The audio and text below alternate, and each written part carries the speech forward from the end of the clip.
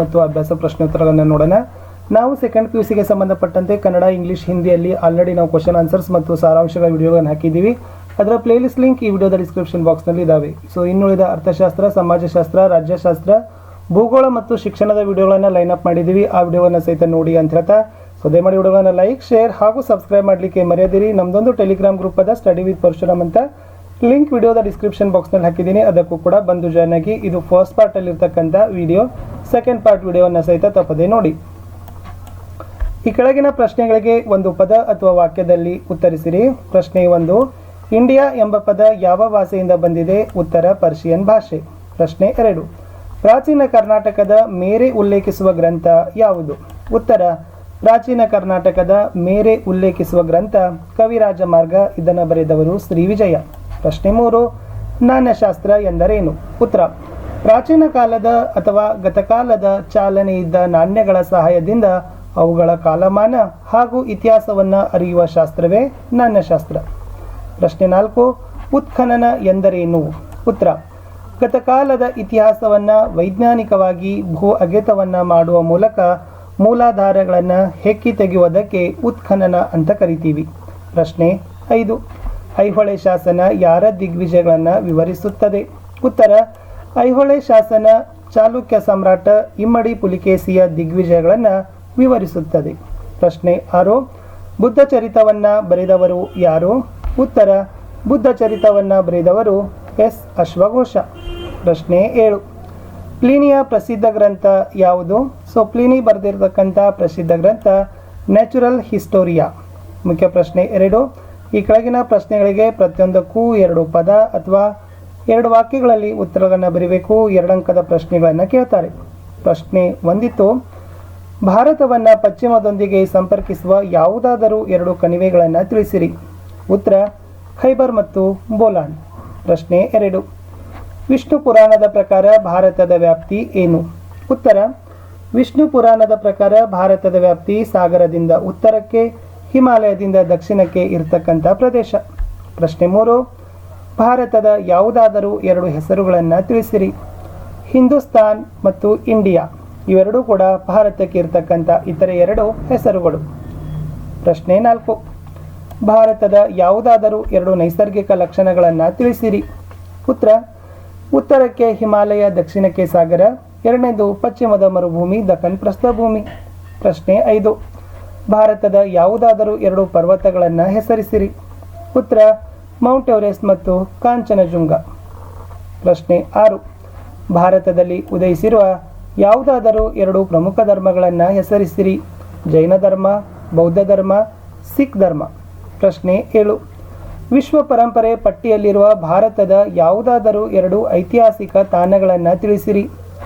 1 ಹಂಪಿ, 2 ರಾಜಸ್ಥಾನದ ಗಿರಿದುರ್ಗಗಳು. ಪ್ರಶ್ನೆ 8, ಪ್ರಾಚೀನ ಭಾರತದ ಯಾವುದಾದರೂ 2 ವಿಶ್ವವಿದ್ಯಾಲಯಗಳನ್ನು ಹೆಸರಿಸಿರಿ. ನಳಂದ ಮತ್ತು ತಕ್ಷಶಿಲಾ ಇವೆರಡೂ ಕೂಡ ಪ್ರಾಚೀನ ಭಾರತದಲ್ಲಿರ್ತಕ್ಕಂಥ 2 ಮುಖ್ಯವಾಗಿರ್ತಕ್ಕಂಥ ವಿಶ್ವವಿದ್ಯಾಲಯಗಳು. ಪ್ರಶ್ನೆ 9, ಪ್ರಾಚೀನ ಭಾರತದ ಯಾವುದಾದರೂ 2 ಪ್ರಮುಖ ರಾಜಮನೆತನಗಳನ್ನು ಹೆಸರಿಸಿರಿ. ಮೌರ್ಯರು ಮತ್ತು ಗುಪ್ತರು ಇವೆರಡೂ ಕೂಡ ಪ್ರಾಚೀನ ಭಾರತದ 2 ಪ್ರಮುಖವಾಗಿರ್ತಕ್ಕಂಥ ರಾಜಮನೆತನಗಳು. ಪ್ರಶ್ನೆ 10, ಮಧ್ಯಕಾಲೀನ ಭಾರತದ ಯಾವುದಾದರೂ 2 ಪ್ರಮುಖ ರಾಜಮನೆತನಗಳನ್ನು ಹೆಸರಿಸಿರಿ. ಮಧ್ಯಕಾಲದಲ್ಲಿ ಬರ್ತದೆ ರಾಷ್ಟ್ರಕೂಟ ಮತ್ತು ವರ್ಧನ ರಾಜಮನೆತನಗಳು.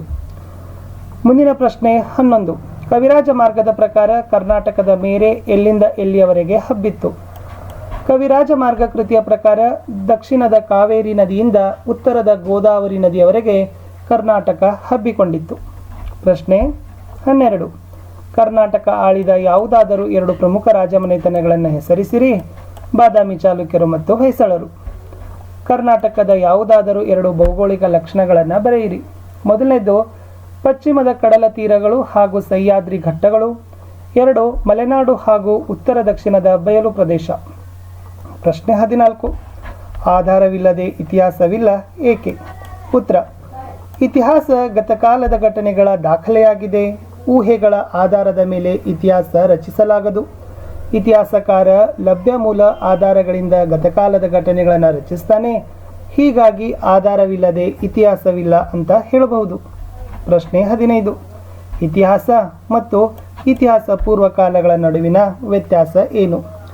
ಲಿಖಿತ ಮೂಲಾಧಾರಗಳನ್ನು ಹೊಂದಿರುವ ಕಾಲವನ್ನು ಇತಿಹಾಸ ಅಂತ ಕರೆದ್ರೆ, ಲಿಖಿತ ಮೂಲಾಧಾರ ಲಭ್ಯವಾಗದ ಅವಧಿಗೆ ಇತಿಹಾಸ ಪೂರ್ವ ಕಾಲ ಅಂತ ಕರಿತೀವಿ. 16. ಇತಿಹಾಸ ರಚನೆಯಲ್ಲಿ ನಾಣ್ಯಗಳಿಂದಾಗುವ ಯಾವುದಾದರೂ 2 ಉಪಯೋಗಗಳನ್ನು ತಿಳಿಸ್ರಿ. ಮೊದಲನೇದು, ನಾಣ್ಯಗಳು ಕಾಲ, ರಾಜವಂಶ, ಆರ್ಥಿಕ ಸ್ಥಿತಿ, ಧರ್ಮ, ಲಿಪಿ ಹಾಗೂ ಭಾಷೆ ತಿಳಿಯಲು ಸಹಾಯಕ. 2ನೇ ಪಾಯಿಂಟು, ನಾಣ್ಯಗಳು ಜನತೆಯ ಕೌಶಲ್ಯ, ಲೋಹವಿದ್ಯೆ, ವ್ಯವಹಾರಕ್ಕೆ ಸಂಬಂಧಗಳ ಬಗ್ಗೆ ಬೆಳಕನ್ನು ಚೆಲ್ತದ. ಪ್ರಶ್ನೆ 17. ಇತಿಹಾಸ ರಚನೆಯಲ್ಲಿ ಶಿಲಾಶಾಸನಗಳು ಅತ್ಯಂತ ನಂಬಲಾರ ಆಧಾರಗಳಾಗಿವೆ ಏಕೆ? ಉತ್ತರ: ಈ ಶಿಲಾಶಾಸನಗಳು ಆಯಾ ಕಾಲದ ಘಟನೆಗಳಿಗೆ ನೇರ ಸಂಬಂಧ ಹೊಂದಿದ್ದು ಸಮಕಾಲೀನವಾಗಿವೆ. ಹೀಗಾಗಿ ಇತಿಹಾಸ ರಚನೆಯಲ್ಲಿ ಇವು ಅತ್ಯಂತ ಮೌಲ್ಯಯುತ, ನಂಬಲರ್ಹ, ಪ್ರಮಾಣಬದ್ಧ ಮತ್ತು ನೇರ ಆಧಾರಗಳಾಗಿವೆ. ಉದಾಹರಣೆ: ಅಶೋಕನ ಕಾಲದ ಶಿಲಾಶಾಸನಗಳು ಹಾಗೂ ಇತರೆ ಶಿಲಾಶಾಸನಗಳು. ಪ್ರಶ್ನೆ 18. ಪ್ರಾಕ್ತನ ಅಥವಾ ಪುರಾತತ್ವ ಆಧಾರಗಳು ಎಂದರೇನು? ಉತ್ತರ: ಪ್ರಾಚೀನ ಕಾಲದ ಮಾನವರ ಜೀವನ ಮತ್ತು ಚಟುವಟಿಕೆಗಳ ಅವಶೇಷಗಳೇ ಪ್ರಾಕ್ತನ ಅಥವಾ ಪುರಾತತ್ವ ಆಧಾರಗಳು. ಪ್ರಶ್ನೆ 19. ಸಾಹಿತ್ಯಾಧಾರದ 2 ಪ್ರಮುಖ ಪ್ರಕಾರಗಳನ್ನು ಬರೆಯಿರಿ. 1 ದೇಶಿ ಸಾಹಿತ್ಯ, 2 ವಿದೇಶಿಯರ ಬರವಣಿಗೆಗಳು. ಪ್ರಶ್ನೆ 20. ಭಾರತದ ಮಹಾಕಾವ್ಯಗಳನ್ನು ಹೆಸರಿಸಿರಿ. ರಾಮಾಯಣ ಮತ್ತು ಮಹಾಭಾರತ. ಪ್ರಶ್ನೆ 21. ಆರ್ಯಭಟನ ಕೃತಿಗಳನ್ನು ಹೆಸರಿಸಿರಿ. ಉತ್ತರ: ಸೂರ್ಯ ಸಿದ್ಧಾಂತ, ರೋಮಕ ಸಿದ್ಧಾಂತ ಇವೆರಡೂ ಕೂಡ ಆರ್ಯಭಟ ಬರೆದಿರತಕ್ಕಂಥ ಕೃತಿಗಳು. ಪ್ರಶ್ನೆ 22. ಭಾರತಕ್ಕೆ ಭೇಟಿ ನೀಡಿದ ಯಾವುದಾದರೂ 2 ಚೀನಾ ಯಾತ್ರಿಕರನ್ನು ಹೆಸರಿಸಿರಿ. ಹುಯೆನ್ಸ್ತ್ಯಾಂಗ್ಸ್ ಮತ್ತು ಪಾಹಿಯಾನ. ಪ್ರಶ್ನೆ 23. ವಿಜಯನಗರಕ್ಕೆ ಭೇಟಿ ನೀಡಿದ ಯಾವುದಾದರೂ 2 ವಿದೇಶಿಯರನ್ನು ಹೆಸರಿಸಿರಿ. ನಿಕೋಲೋ ಕಾಂಟಿ ಇಟಲಿ ದೇಶ, ಅಬ್ದುಲ್ ರಜಾಕ್ ಪರ್ಷಿಯಾ ದೇಶ. ಪ್ರಶ್ನೆ 3. ಕೆಳಗಿನ ಪ್ರಶ್ನೆಗಳಿಗೆ 15ರಿಂದ 20 ವಾಕ್ಯಗಳಲ್ಲಿ ಉತ್ತರಗಳನ್ನು ಬರೆಯಿರಿ. ಮೊದಲ ಪ್ರಶ್ನೆ: ಭಾರತದ ಇತಿಹಾಸದ ಮೇಲೆ ಭೂಗೋಳದ ಪ್ರಭಾವವನ್ನು ವಿವರಿಸಿರಿ. ಭೂಗೋಳ ಇತಿಹಾಸ ನಿರ್ಧರಿಸುತ್ತದೆ ಎಂಬ ಹೇಳಿಕೆ ಇದೆ. ಸಾಮ್ರಾಜ್ಯ ಸ್ಥಾಪನೆ, ಸಾಮಾಜಿಕ ಮತ್ತು ಆರ್ಥಿಕ ಜೀವನ, ಸಾಂಸ್ಕೃತಿಕ ಬೆಳವಣಿಗೆ ಮುಖ್ಯವಾಗಿ ಭೌಗೋಳಿಕ ಸಂಗತಿಗಳನ್ನು ಅವಲಂಬಿಸಿದೆ. ಪ್ರಾಚೀನ ಭಾರತದಲ್ಲಿ ಇದು ಅಫ್ಘಾನಿಸ್ತಾನ್ ಮತ್ತು ಬಲೂಚಿಸ್ತಾನ್ ಹತ್ತಿರದ ಸಂಬಂಧ ಹೊಂದಿತ್ತು. ಮೌರ್ಯರು ಈ ಪ್ರದೇಶಗಳ ಬಹುತೇಕ ಭಾಗಗಳನ್ನು ತಮ್ಮ ಆಳ್ವಿಕೆಯಲ್ಲಿ ಹೊಂದಿದ್ದರು. ಭಾರತದಲ್ಲಿ ಸಾಮ್ರಾಜ್ಯ ಸ್ಥಾಪಿಸಿದ ಕುಶಾನರು, ಗ್ರೀಕರು ಮತ್ತು ಪಾರ್ಥಿಯನ್ನರು ಕೂಡ ಈ ಪ್ರದೇಶ ಆಳಿದ್ದರು. ಮೊಹಮ್ಮದ್ ಸುಲ್ತಾನ್ ಹಾಗೂ ಮೊಘಲರ ಆಧಿಪತ್ಯ ಇವು ಭಾರತದ ಭಾಗಗಳಾಗಿದ್ದವು. ಭಾರತವನ್ನು ಭೌಗೋಳಿಕವಾಗಿ 4 ಪ್ರದೇಶಗಳಲ್ಲಿ ವಿಂಗಡಿಸಬಹುದು.